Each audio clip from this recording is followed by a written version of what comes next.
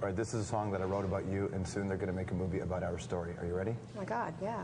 I'm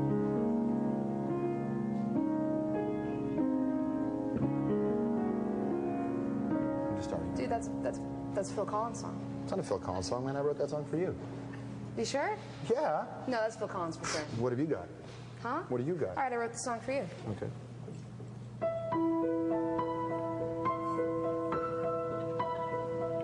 Whatever, that's totally Led Zeppelin.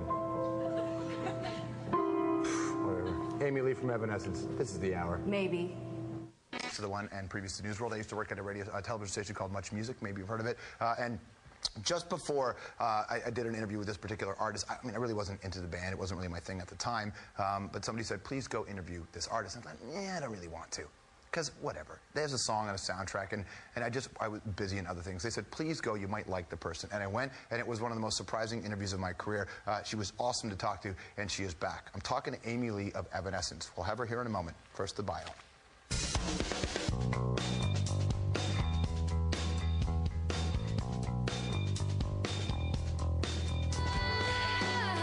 Let's talk with Amy Lee, lead singer of Evanescence. You know them, gothy pop band from Little Rock, Arkansas that made it big.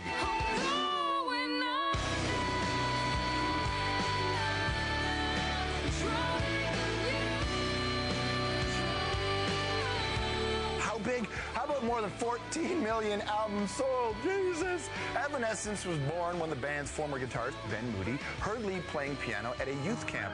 Lee, by the way, is a classically trained pianist, but on that day, she was riffing on Meatloaf's I Would Do Anything for Love. But Ben didn't hold that against her. He still wanted to make music with her. Originally, Evanescence was considered Christian rock, but the band made it clear they did not want to be part of that scene.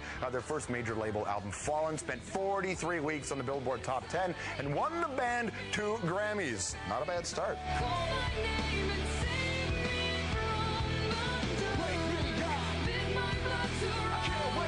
Since then, Ben Moody has left Evanescence over quote-unquote creative differences, but Amy and the band have rolled on. These days, they're on a world tour promoting their new CD, The Open Door.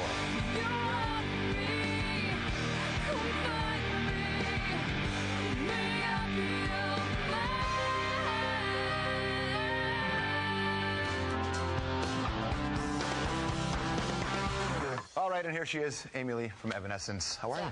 Good.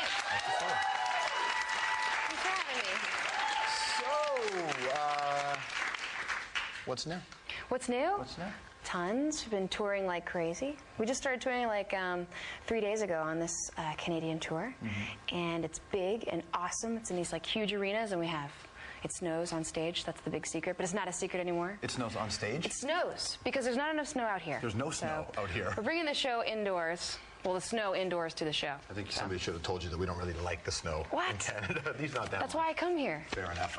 First time we talked was just before the Daredevil soundtrack came out. Your record hadn't even come out yet. It's been a long time. It's been a long time, and it's so much. We're talking Grammys and millions of record sales, and friends leaving the band, new guys coming in, illness, everything. Like, it's been quite a story for you. Are you the kind of person who could sit back and look at what's happening to your band and you? Yeah, it's funny though, like when you pile it all together like that, it sounds impossible to handle, but you know, it's been a lot of years and it's just life. I mean, things happen. Keeping a band together it's weird. It's like a family, you know, and things change and evolve and you have to love each other and grow together. And I feel like with all the challenges with Terry's stroke and Ben leaving the band and all those things have made us stronger as a core. Terry's doing really great, and I don't know, that was a big wake-up call for us. I feel like we all value our lives a little more. And for people who don't know the story, Terry comes in the band, who was in another great band before, they're called Cold, and suffers a stroke. And he's a young man. Yes.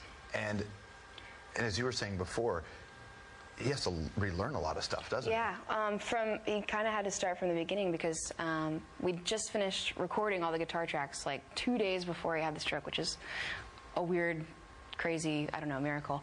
But yeah, I had the stroke, and when he first woke up out of it, I mean, we were all just happy he was alive, but he was paralyzed on one side. and just went to rehab for like a year, just like rehabilitating his arm and relearning guitar basically. And from then to like, I don't know, October, just a couple of months ago, had come so far. Like the doctors wanted to start documenting his brain activity or whatever because it wasn't normal, like how determined and stubborn like he is and how far he's come, because they really didn't have faith that he would play guitar again. And he's totally playing and touring, and I mean every day he's getting better, but he's there.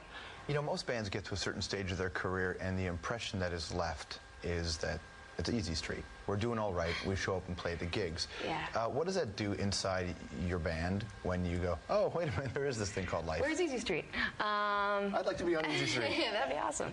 Well, I don't know if there's any such thing. It doesn't matter what you do.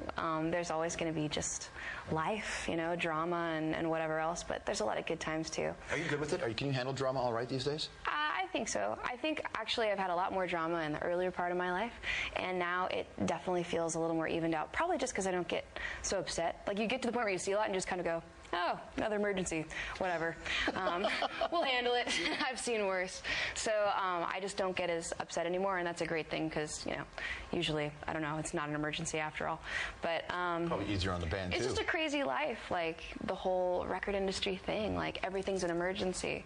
And you have to learn that, you know, you just have to be cool, make music. I don't want a comparison because I don't think that's the appropriate word, but I want a sort of a perspective on writing with Ben versus writing with Terry. And this kind, because you and Ben had so much history when the first record came out, and there was all the stuff about you guys, to being in this position now. Yeah. And how different is that? The feeling then and the feeling now, it's totally different. I feel like the writing process was totally different, actually, because Ben and I both had really just strong-willed, clear visions, and they weren't exactly the same of what we wanted for the band. And if you don't know, Ben left under odd circumstances, just one night in a hotel, he was gone? Tour. Yes, he just left. Your manager called you and said, Ben's gone? He said, Ben's gonna leave, please go to his hotel room and beg him to stay. Did you go? No. It was the best. I told him, I was like, this is the best thing that could happen to us. He was miserable. He didn't want to be there. Right. So it was a good thing that he left. It was just weird timing. We're joking before, and I look at this on the album cover. You're showing the skin here, this character, and you actually don't show nearly as much skin as you would think someone would pressure you to. That's what's rare about the way you present yourself. Thanks. Is that I didn't say it was good.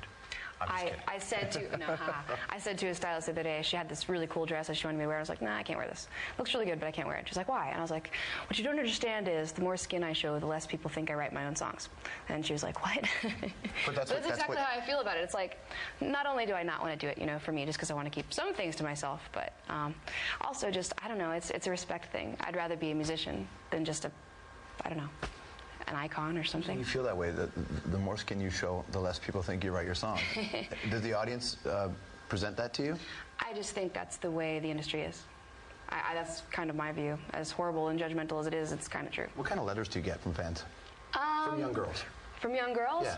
All kinds. A lot of people want to share their experiences with me, especially the things that have been hard for them, and just vent stuff and get it off their chest. So it's like writing to like a Dear Abby or whatever, which is cool, but at the same time, sometimes it's a little like, oh, this is a lot to handle, you know, some of it's really, really hard.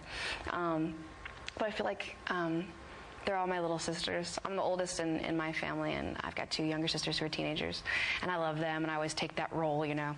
So it's cool playing to the crowd because them, and a lot of it just feels like I'm playing to my peers, like I've been there, been there, you're just like me. But do their letters and the relationship that you have with them affect the way you do what you do, how you present yourself? It just makes me realize how sensitive they are, and that it is kind of important what I do and the way I do it, and I'm doing this for me, I really am, but at the same time I'm doing it for them, not just the girls, but all the fans. It's cool. I don't know, I feel like it's me being able to go back in time to myself as a teenager when I was having a really hard time and make it a little bit better. Who'd you listen to when you did? Bjork. A lot, because she was just really creative and inspiring. I loved Soundgarden, I loved 9 Inch Nails, I really loved Nirvana a lot. What do you say about Hard Time? What do you mean? Hard time? When you go back, yeah. High school is impossible. I mean, isn't high school horrible? Sorry, but I don't mean school, I don't mean trying to learn, like, yeah, that's cool, stay in school, but, like, I don't know, people are mean in high school. Like, it's just hard.